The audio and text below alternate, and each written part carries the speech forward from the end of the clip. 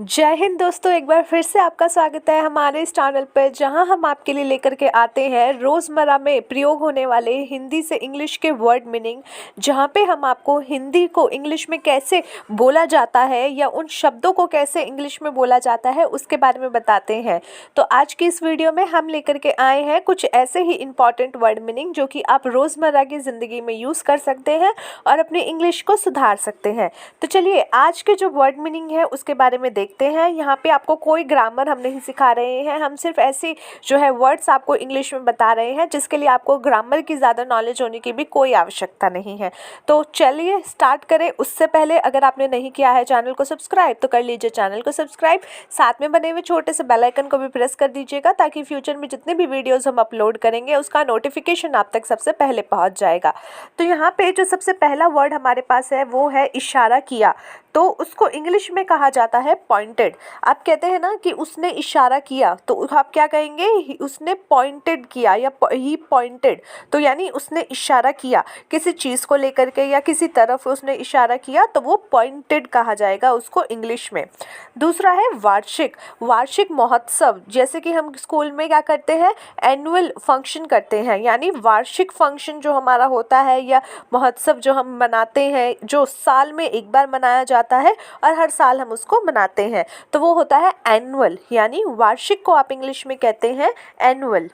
दूसरा आपका यहाँ पे है पटरी। जो आपकी रेल की पटरी है या आपकी पटरी जिसको आप कहते हो तो उसको आप इंग्लिश में कहते हैं पेविमेंट। इंग्लिश में इसको बोला जाता है पेविमेंट। इमारत, जैसे कि आपकी कोई इमारत है, आपकी ऑफिस की इमारत है या कोई और इमारत है, आपको कहना है ये इमारत बहुत लंबी है या ये इमारत बहुत खूबसूरत है, तो उसमें इमारत को कहा जाता है building. This building is very big, very beautiful. या आप कह सकते हो जो आप इसको जिस सेंटेंस में आप इसको यूज़ करना चाहते हो वहाँ पे इमारत के लिए आप क्या यूज़ करोगे? बिल्डिंग। दूसरा है बनाया, यानी बिल्ट। मैंने इसे बनाया है, इस इमारत को बनाया है या फिर कुछ बिल्ट किया है, यानी जैसे इमारत बनाना हो गया, कोई ऐसा स्ट्रक्चर बनाना हो गया, पुल बनाना हो गया, ठीक है, तो आप वहाँ पे क्या कहोगे? बिल्ट। कि किसने बिल्ट किया है? This company built this flyover, कि इस कंपनी ने ये फ्लाईओवर बनाया है। तो या फिर XYZ company built this flyover, तो उस कंपनी ने जो कि XYZ है उसने इस फ्लाईओवर को बनाया है। मिट्टी यानी सॉइल, हमारी देश की मिट्टी, ठीक है, तो यानी सॉइल, मिट्टी को आप कहते हो सॉइल। उसके बाद है आपका पत्थर। देखिए बिल्डिंग बनाने में आपकी मिट्टी लगती है, सॉइल लगती है, पत्थर लगता है। पत्थर को इंग्लिश में कहा जाता है स्टोन। पत्थर को कहा जाता है स्टोन। अब कई बार होता है कि आप रिंग्स में भी पत्थर पहनते हो, कोई मूंगा का पत्थर है या कोई और पत्थर है जो अलग अलग वैरायटी के होते हैं, तो उनको भी आप क्या कहते हैं? स्टोन। ये कौन सा स्टोन है? तो ये वाला स्टोन है या दूसरा स्टोन है, तो उसको भी आप कहते हो स्टोन, यानी पत्थर। नेक्स्ट इज कंकड़ पत्थर। अगर आपको कहना है कंकड़ पत्थर, अगर सिर्फ पत्थर है तो स्टोन, और अगर कंकड़ पत्थर है तो दैट इज योर पेबल्स, ठीक है, पेबल्स।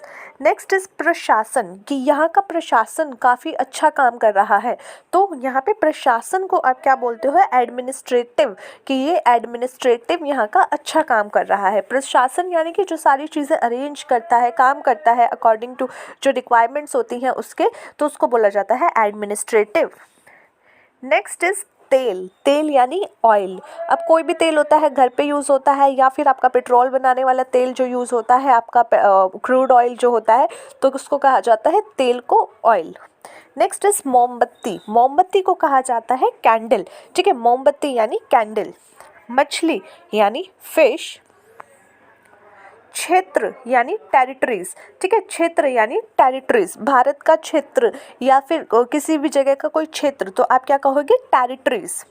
संगठित यानी कि ऑर्गेनाइज्ड।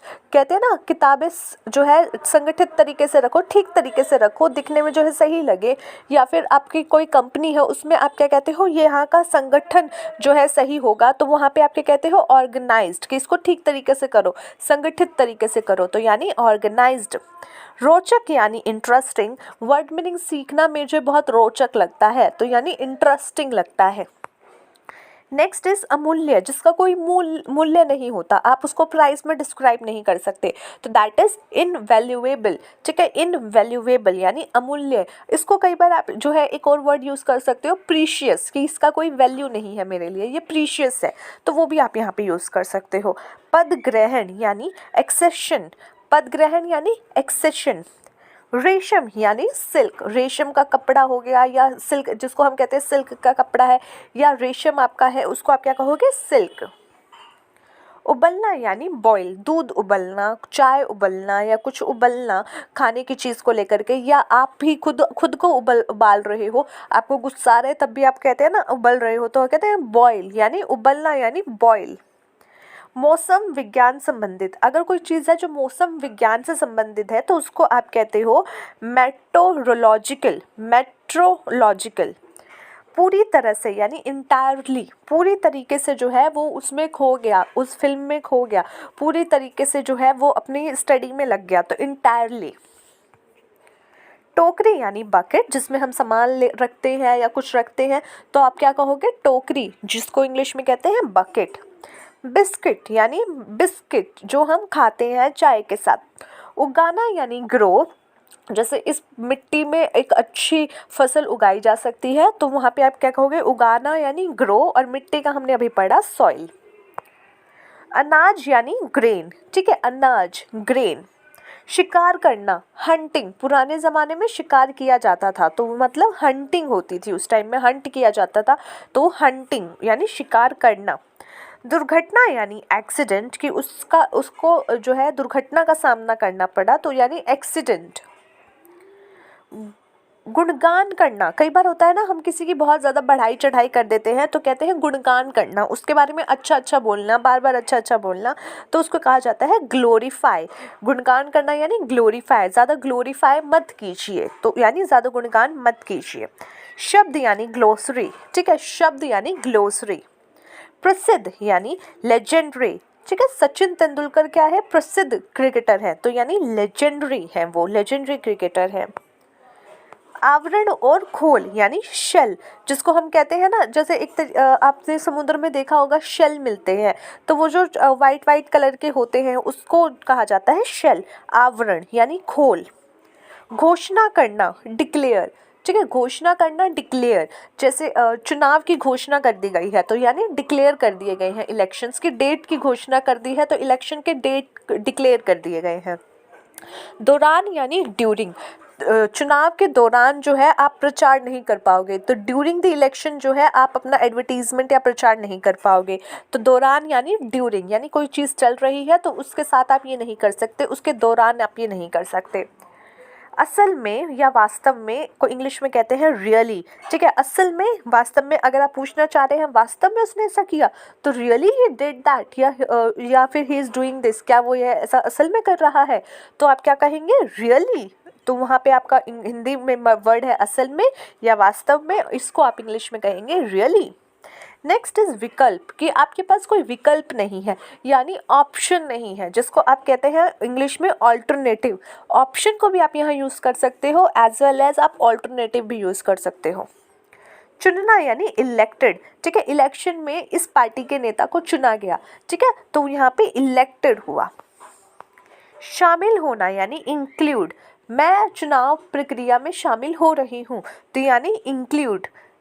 संस्थापक यानी फाउंडर, उस पर्टिकुलर पार्टी का संस्थापक जो है ये है, तो यानी फाउंडर ये है। अब ये किसी कंपनी का फाउंडर हो सकता है, फाउंडर कौन होता है, जिसने उसकी स्थापना की हो, जिसने उसकी शुरुआत की हो, तो उसको कहा जाता है फाउंडर। पहनना यानी वियर। डरना यानी फियर। पंख यानी फेदर।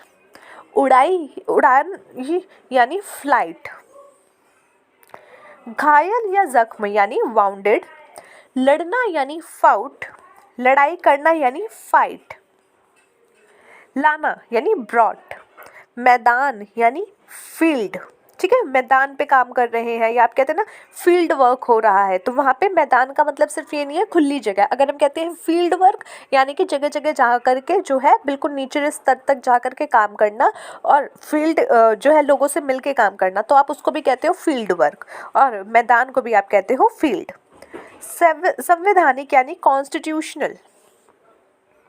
निगम यानी कॉरपोरेशन, जैसे म्युनिसिपल एमसीडी हो गया यानी म्युनिसिपल कॉरपोरेशन हो गया या कोई और कॉरपोरेशन हो गया, तो वहाँ पे आप कहते हो निगम। नगर संबंधित यानी म्युनिसिपल कॉरपोरेशन यानी नगर संबंधित निगम। तो ये थे आज के हमारे कुछ word meaning, important word meaning, जो कि आप रोज़मर्रा की ज़िंदगी में प्रयोग में ला सकते हैं और अपने इंग्लिश को जो है बेहतर कर सकते हैं। तो आज की वीडियो के लिए इतना ही दोस्तों, मिलते हैं अगली वीडियो में कुछ और वर्ड मीनिंग के साथ। तब तक के लिए take care of yourself and take care of your health. जय हिंद।